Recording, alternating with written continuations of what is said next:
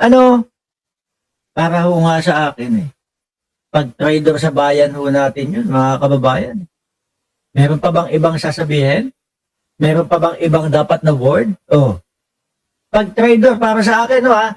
Pag trader, sa ating bayan yun, mga bossing. Biruin mo, Commodore J. Tariela, o yung mga kasundaluhan, yung mga Department of National Defense, etc., etc. Biruin mo, nandun sila, oh. Front sila, no? Kung paano ipinagtatanggol ang ating bayan, tapos biglang eto, may isang chinador na mismong sasabihin i-give up yung KIG ho, mga bossing. Alam nyo ho, patuloy akong humahanga po dito sa mga nasa frontline po natin, lalong-lalo na ho, mga kababayan. Gibo Chodoro, lalong-lalo na po, Commodore J. Tariela, no? Hindi ho hinahayaan na maagaw masakop ang ating bansa o ni katiting may makuha sa ating bansa. Mas lalo kayo sasaludo sa Armed Forces of the Philippines. So, mga bossing, bakit? Ayan o, ipagtatanggol ang soberanya ng Pilipinas. Tinitiyak po ng Armed Forces of the Philippines o AFP, mga kababayan, na talagang nasa likod sila, naka-back up sila, o nasa harapan sila para wag mangyari kung ano man yung mga pinaplano. Kasi mga kababayan, ang nakikita ko dito, ano po? Kumbaga pang ano sila Marcoleta yung mga chinador ho, mga pang ano mga tipo bang, sige, eto na lang yung naratibo ninyo, eto na yung mga sabihin ninyo, no? Baka maintindihan kayo. Total naman, may mga DDS na lunok na lang ng lunok, hindi nang inunguya. No, pag sinabi ninyo na ganito, okay na yan sa mga DDS. Actually, meron yung mga uto-uto na mga DDS, di ba? Oh, nakikita ko yung mga pinagpo-post nila. Bakit tama si Marcoleta? Mga ulol, anong tama si Marcoleta? Di ba? Anong tama si Marcoleta? Yung sinasabi niyang Kalayaan Island Group. Meron ng munisipalidad doon, meron ng mayor doon, meron ng nagpapatakbo doon. Oh, inaward na sa atin yun. Matagal ng panahon. Tapos eto, biglang ang sasabihin i-surrender o kumbaga, ibigay na lang.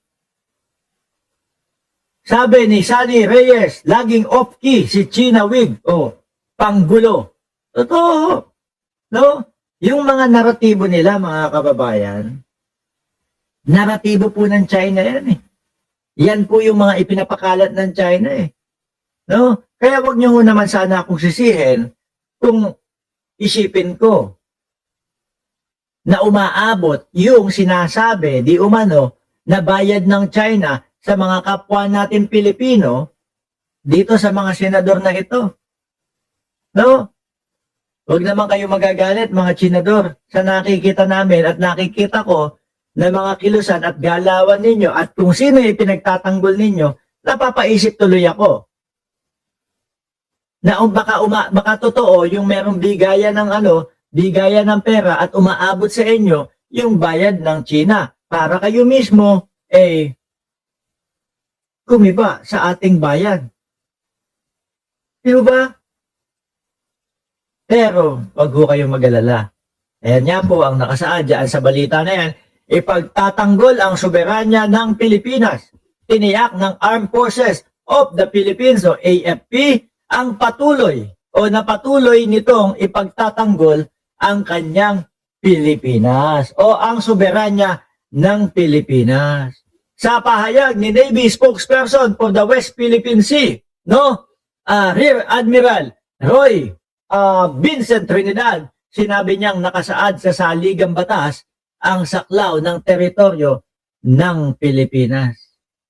Yari, si Marcoleta dito. Posta si Marcoleta ho dito, mga bossing. At yung mga senador pa ho. Huwag po kayong mag-alala, mga sir, mga boss, chief mo sir, sa nakikita ko ho, sa pansin ko ho, ay talaga naman, no? Ang mamamayang Pilipino ay nakasuporta sa inyo. Nakasuporta sa lahat ng iyan, no? Huwag ho kayong mag-alala. Hindi ho namin kayo ipagpapalit. sa mga Chinador. Sabi ni Sunny Reyes, yes, propaganda style ng China. Nagsasabog ng kung ano-ano para malito ang usapan. Alam niyo ho, para ho sa akin, tingin ko, matagal na ho itong mga sumusubok eh. No? Matagal na ho itong mga sumusubok, mga bossing. Sumusubok na ang Pilipinas ay maging probinsya ng China. Dating-dati pa ho.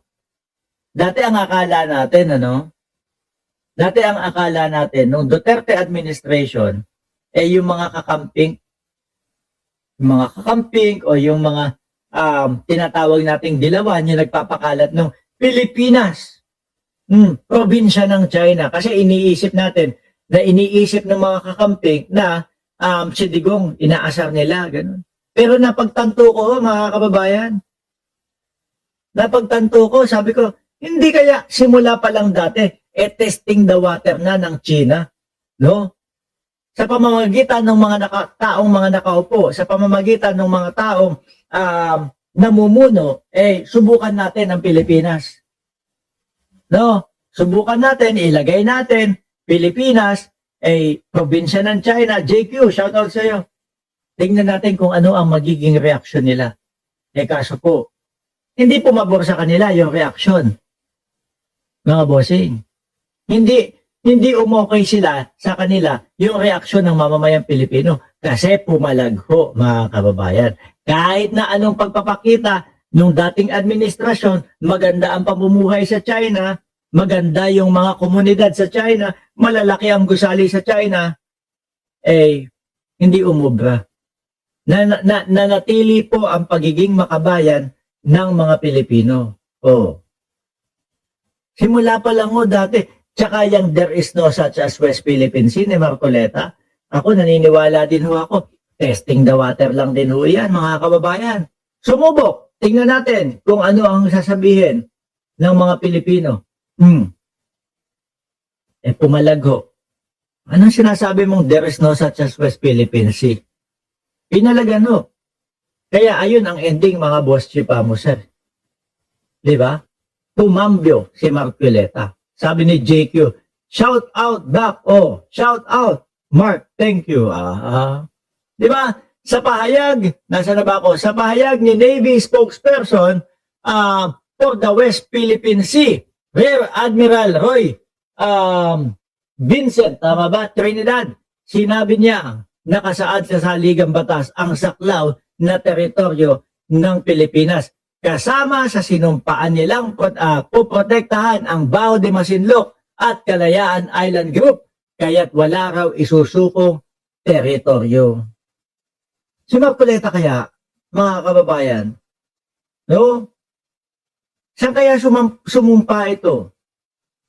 Nung siya ay naging senador na, sa tingin niyo, saan kaya sumumpa itong si Rodante Marcoleta? No? Mas parang ang nakikita ko mas sumumpa ito sa China kaysa sa watawat ng Pilipinas eh. Kasi parang ang loyalty ho ng isang Rodante Marcoleta doon po sa China. Sa mga kilos at mga galaw ho, mga kababayan. Pero kung maalala nyo, sabi ni Ma'am Delia Rosario, sa China, gagalit sa atin dyan, si Rodante Marcoleta, sabi nga nila, ayaw namin na matatawag kaming Chinador. Sorry sir. No, kahit ako, kasuhan ninyo, yun yung nakikita namin na kinikilos ninyo. Senador kayo. O abogado kayo ng China. Yun yung nakikita namin. Diba? Sabi ni Sunny Reyes, karapatan natin tawagin na West Philippine Sea, teritoryo natin yan. Correct? Diba? Kaso, kailangan daw ipatala muna, sabi ni Rodante Marcoleta, mga boss, no? Ngayon mga kababayan, kung meron tayong tinatawag na Chinador, meron din namang meron din namang kabilang parte yan, no? Nandiyan na si Ma'am Neng Gigi, alika na, mag-uwian na tayo.